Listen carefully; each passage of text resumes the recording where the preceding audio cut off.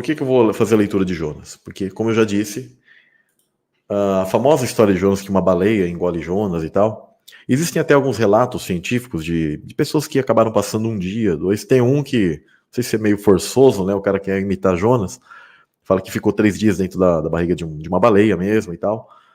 E só que alguns relatos que parecem ser verdadeiros, onde há registro e tal, onde o cara ficou ali um dia, horas ou minutos dentro de um animal, ou chegou até uma parte das entranhas e acabou sobrevivendo, sendo cuspido pelo animal e tal. Eu vi que 2 desses relatos apresentaram que por causa dos líquidos gástricos, ou de alguma coisa que tinha dentro desses animais, no estômago deles, esses caras eles ficaram com partes assim da pele meio como que queimada e sem pelos. Perderam os pelos do corpo. Isso é interessante, né? Agora, eu não vou entrar aqui nem nesse quesito de que se é possível. Tem gente que fala assim, é possível que um animal ele venha engolir? Quando a gente está falando dessas questões aqui do mundo espiritual e de um ser como Leviatã, de um ser que ele é chamado como um ser marinho ali, às vezes é um termo para peixes, né? Deus ali, você percebe que quando Deus ele falava sobre o Leviatã, nem em todos os momentos ele chamava esse ser pelo termo Leviatã. Você vê que às vezes ele chama eles por Tanin, que é monstro marinho, ou por um animal que está ligado à água, tá? Só que a gente consegue conectar isso porque o Leviatã é o que tem acesso ao mundo interior, ao intramundo. Você consegue entender isso? Então, quando a gente faz a leitura de Jonas, você consegue, por revelação, por entendimento, de que ele é esse ser que levou Jonas a regiões onde ele menciona aqui que não é qualquer animal que vai. São regiões onde está ligado ao Sheol. Então, como nós já constatamos que esse ser, ele é o guardião das regiões abissais ali, e os próprios anjos têm temor dele, existe um código aqui muito profundo, que é o segredo de Jonas, que, da mesma maneira que Jonas ele foi levado ao Sheol pelo Leviatã, e durante chamados 3 dias, um período de 3 dias ali. Um dia eu vou entrar nessa questão que às vezes o pessoal fala, Jesus morreu numa quarta-feira, que não sei o que e tal. Na verdade, não é nem esse calendário gregoriano. O pessoal fica brigando por calendário gregoriano e é algo muito, muito maior, muito do mundo atemporal, tá? Onde está ligado aos... Jesus, ele morre no, digamos, no 4º milênio, tá? Se você analisar antes, tem o quê? 3 dias. Isso está conectado a 3 dias atemporais, onde ele passou no Sheol. Isso é muito profundo, né? E então você começa a entender o que aconteceu, tá? No tempo, no mundo espiritual. Mas eu vou colocar aqui para vocês a leitura de Jonas e vocês vão compreender que Jesus, para que ele pudesse, na sua morte, acessar o Sheol, ele também foi levado pelo Leviatã, que é esse ser que o levou até as regiões abissais. Tá? Isso é muito interessante. Por isso que ele compara essa questão justamente com Jonas, que Jonas, e ele fala sobre estar no ventre da terra, no Sheol. Esse ventre da terra era conhecido como Sheol, esse intramundo, onde Satanás ele é preso e ele tem sua habitação principal, a sua consorte também está ali. Então, o ser que leva Jesus lá é justamente o Leviatã. Tá? Então, eu vou fazer a leitura de Jonas. E veio a palavra do Senhor a Jonas, filho de Amitai, dizendo: levanta-te, vai à grande cidade de Nínive. Aqui tem códigos bíblicos bem interessantes, tá? E clama contra ela, porque a sua malícia subiu até a minha presença. Porém, Jonas se levantou para fugir da presença do Senhor para Tarsis, e descendo a Jope, achou um navio que ia para Tarsis. Pagou, pois, a sua passagem e desceu para dentro dele, para ir com eles para Tarsis, para longe da presença do Senhor. Aqui mostra muito, nesse caso, não aludindo à figura de Cristo, mas muito ao que está ligado a nós, tá, pessoal? Você fala, como assim, pessoal? Nós muitas vezes não fazemos a vontade de Deus e queremos sair da presença de Deus. É impossível fugir da presença do Pai, né? Mas nós não fazemos isso. Isso está ligado até aquilo que aconteceu na nossa pré-existência, onde muitos estão aqui, nascem aqui, né, como homens, né? O que é o homem para que te lembres dele, né? O Salmo diz, ou seja, nós. O que aconteceu que nós nos tornamos homem? Assim como Jesus fez o mesmo procedimento, só que ele não tinha culpa nenhuma. Pelo fato de que muitos, em outras palavras, foram neutros, foram mornos, e em outras palavras eu diria covardes. Nós somos covardes. Tá? Nós não tomamos uma decisão, não fizemos, não fomos obedientes, fomos desobedientes, covardes, tivemos medo. Porque o medo é o contrário da fé. E por isso que ele pede que nós tenhamos fé hoje. E não vendo, por quê? Porque de maneira genuína você vai mostrar a sua escolha, que se você quer, se você ama a Deus realmente ou não. Do contrário, se você tivesse noção do mundo espiritual completamente aberto, não seria uma escolha genuína, porque quando você compara com essa vida aqui, ia ser fácil, né? Aí é fácil ver o mundo celestial e tal. Ainda assim, Deus tem misericórdia e dá vislumbres para as pessoas, dá revelações. Ele pode dar uma revelação para mim, um sonho para você. Ele pode te levar a uma experiência igual as pessoas têm. Geralmente são EQM, né? A pessoa está ali praticamente morta. Muitos acabam vendo até regiões infernais ou coisas do tipo. Eu tive uma experiência algo assim. Só que eu não vi coisa boa, porque eu estava longe dos caminhos de Deus e eu vi coisa ruim. E eu pedi a misericórdia dele e graças a ele, toda glória a ti, Pai, eu tive essa misericórdia e aqui estou. Mas por isso que eu tenho hoje eu sei que é a minha missão e é o mínimo que eu tenho que fazer, né, que é apregoar a salvação e dizer que ele é o Senhor de nossas vidas e que a gente precisa se arrepender. Tá? Então, Jonas, ele é uma grande mensagem que ele tem toda essa abertura, que cabe a nós isso. Tá? E aí diz, mas o Senhor mandou ao mar um grande vento e fez-se no mar uma forte tempestade e o navio estava a ponto de quebrar-se. Então temeram os marinheiros e clamavam cada um ao seu Deus e lançaram ao mar cargas que estavam no navio para o aliviarem do seu peso. Jonas, porém, desceu ao porão do navio e, tendo-se deitado, olha só, o cara estava. Ele foi deitar, foi dormir. Isso mostra muito a questão do sono profundo da humanidade, cara, nosso, né? Tem uma alusão um pouco a Adão, né, que dorme, né? E é muito interessante. Então, dormiu um profundo sono. E o mestre do navio chegou-se a ele e disse-lhe: Que tens, dorminhoco? Levanta-te, clama ao teu Deus. Talvez assim ele se lembre de nós para que não pereçamos. E diziam cada um ao seu companheiro: Vinde e lancemos sortes para que saibamos por que causa nos sobreveio este mal. E lançaram sortes, e a sorte caiu sobre Jonas. É interessante que essa questão que eles, mesmo aparentemente aqui não sendo crentes, seguidores de Deus, eles tinham noção de Deus, e essas sortes, esse tipo de consciência de que alguma coisa estava acontecendo no mundo, o mundo também ele tem isso. As pessoas, às vezes eu falo para as pessoas, falo, olha, você tem observado as notícias, os sinais, as coisas que têm ocorrido no nosso mundo? Será que você não percebe que o mundo ele está para terminar assim? Existe um fim, existe um limite para a maldade, para as coisas que estão ocorrendo? Você crê na Bíblia? Eu falo para as pessoas. E muitos eles falam, sim, realmente, tem. A gente percebe.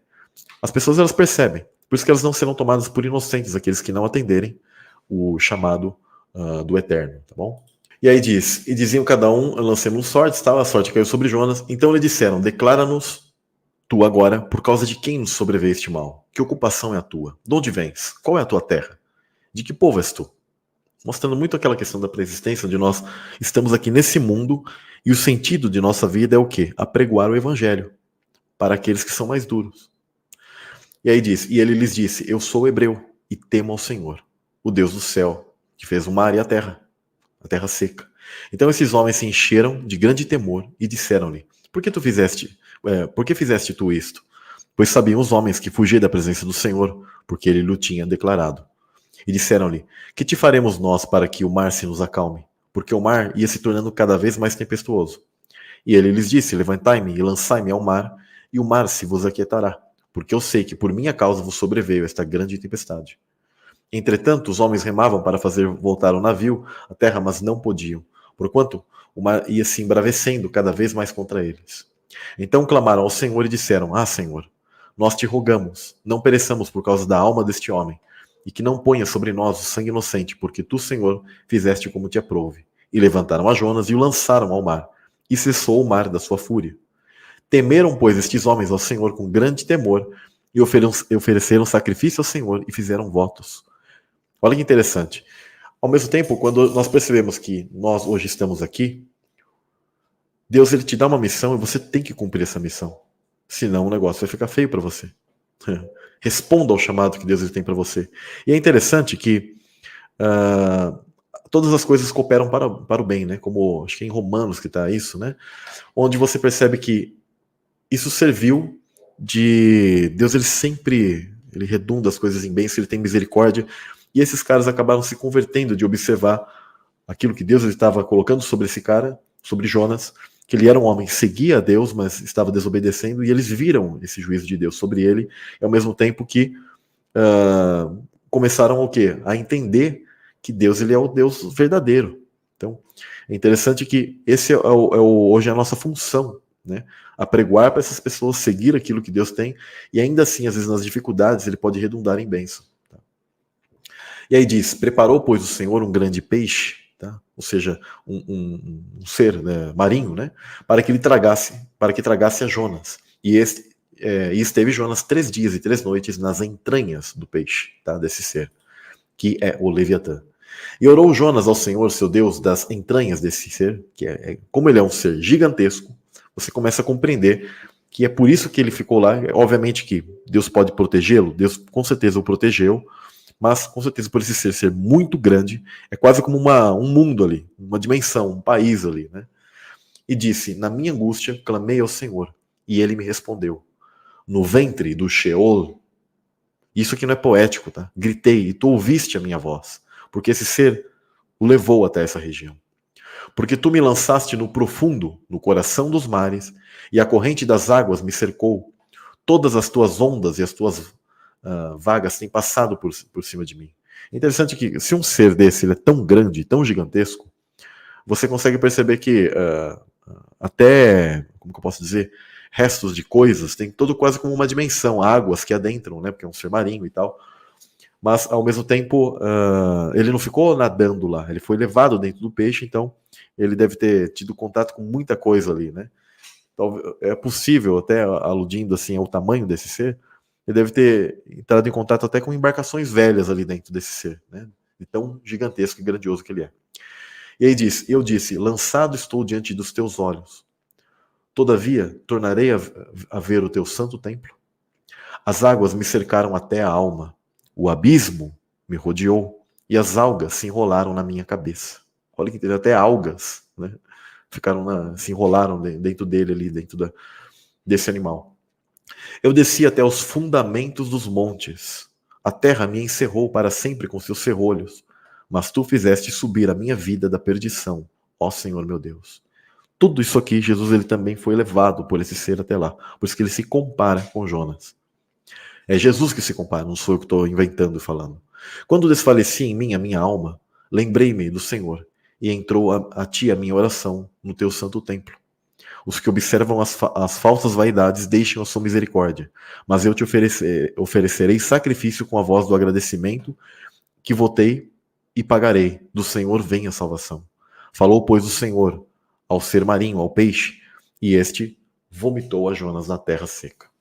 Inclusive, quando eu estava procurando todas essas palavras no hebraico, o termo vomitar, eu aqui não fiz a separação, porque eu estava fazendo isso num outro dia, mas o termo vomitar, ele significa ir de baixo para cima. Ou seja, você percebe que é literalmente das entranhas, do Sheol, do intramundo, onde ele foi conduzido para fora. Então, por isso que esse ser o cuspiu, né, em terra. Da mesma maneira, Jesus, ele foi, quando ele toma as chaves da vida e da morte, então a terra ela pega e expele a Jesus, porque ele ressuscita, né? Mas é interessante que ele foi levado nessa região por esse ser interdimensional, por essa espécie de anjo interdimensional, né? Quando a gente faz a conexão com a passagem de Jesus, Mateus 12, tá? Onde é interessante que diz o seguinte, verso 38. Então alguns dos escribas e dos fariseus tomaram a palavra dizendo, Mestre, quiséramos ver da tua parte algum sinal. Mas ele lhes respondeu e disse, uma geração má e adúltera pede um sinal. Porém, não se lhe dará outro sinal, senão o sinal do profeta Jonas. Ou seja, Jesus ele já iria para o quê?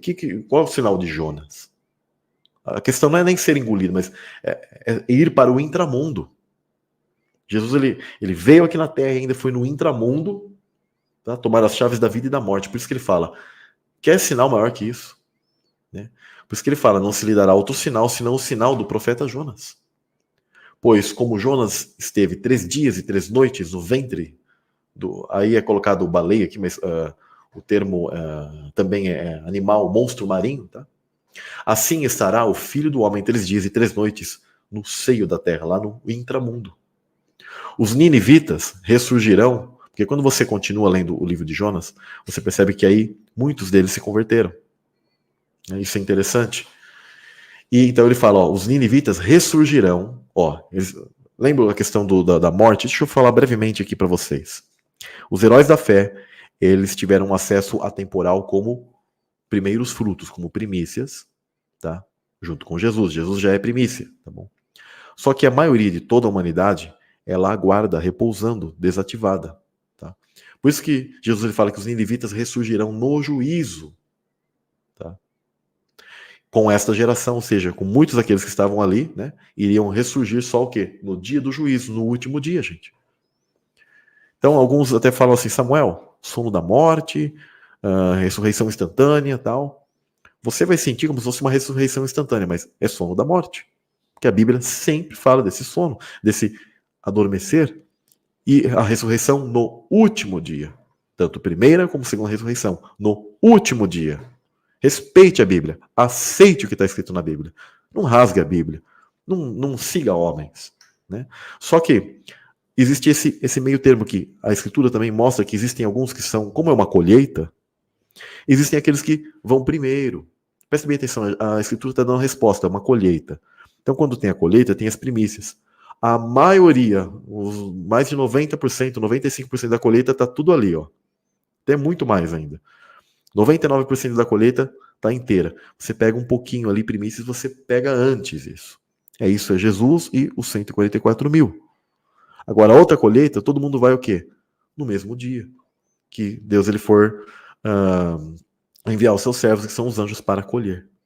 E interessante que aí isso será num período, e um dia eu vou fazer, a gente vai continuar os estudos sobre Apocalipse, e a gente vai vou mostrar para vocês quanto dura esse período, tá? Final de que as pessoas vão despertar. Então diz, os ninivitas ressurgirão no juízo, com essa geração, e a condenarão, porque se arrependeram com a pregação de Jonas. E eis que está aqui quem é maior do que Jonas, ou seja, Jesus falando de si mesmo. A rainha do sul, quem que é a rainha do sul? A rainha de Sabá, que é uma das... já chegou a ser esposa de Salomão, tá? Se levantará, ou seja, ressuscitará no dia do juízo, ó, dia do juízo, é o último dia, gente, com essa geração, e a condenará, porque veio dos confins da terra para ouvir a sabedoria de Salomão. E eis que está aqui quem é maior do que Salomão. E, inclusive, Jesus ele fala sobre essa questão de Salomão, porque um pouco antes nessa passagem, foi dito que Jesus ele expulsava demônios pelo poder de Beelzebul. Né? E como ele estava falando sobre questões de expulsar demônios, um dos mais conhecidos, assim, que era exorcista, era Salomão, tá? Então Salomão ele era conhecido como um grande sábio que tinha domínio, né, sobre as entidades malignas, por isso que Jesus ele fala assim, ó, eu sou maior que ele, como dizendo, eu não expulso pelo poder de Beelzebul, é pelo poder de Yahweh, né? E aí por isso que ele fala, e tanto que no verso abaixo diz, e quando o espírito imundo tem saído do homem, anda por lugares áridos, buscando repouso, e não o encontra. Então diz, voltarei para minha casa de onde saí, e voltando acha desocupada, varrida e adornada. Então vai e leva consigo outros 7 espíritos piores, ou seja, para os 7 chakras que eu tenho comentado com vocês, tá? E entrando ali, habitam ali, e são os últimos atos desse homem piores do que os primeiros. Assim acontecerá também a esta geração má. Se tornará 7 vezes mais pior. Porque é muita rebeldia, né?